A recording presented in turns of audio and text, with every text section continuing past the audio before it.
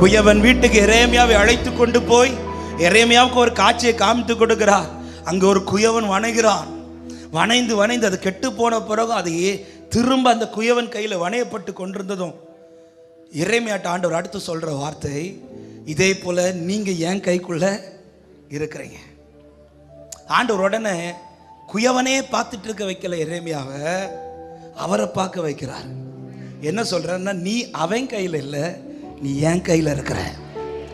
உனக்கானது வணைவது அவன் கையில் கிடையாது, உனக்கானது என் கையில் இருக்குது.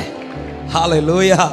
பல நேரத்தில் சில குயவர்கள் வரைகிறத பார்த்ததும் நம்ம அதே பார்க்க தொடங்கிட்டோம்.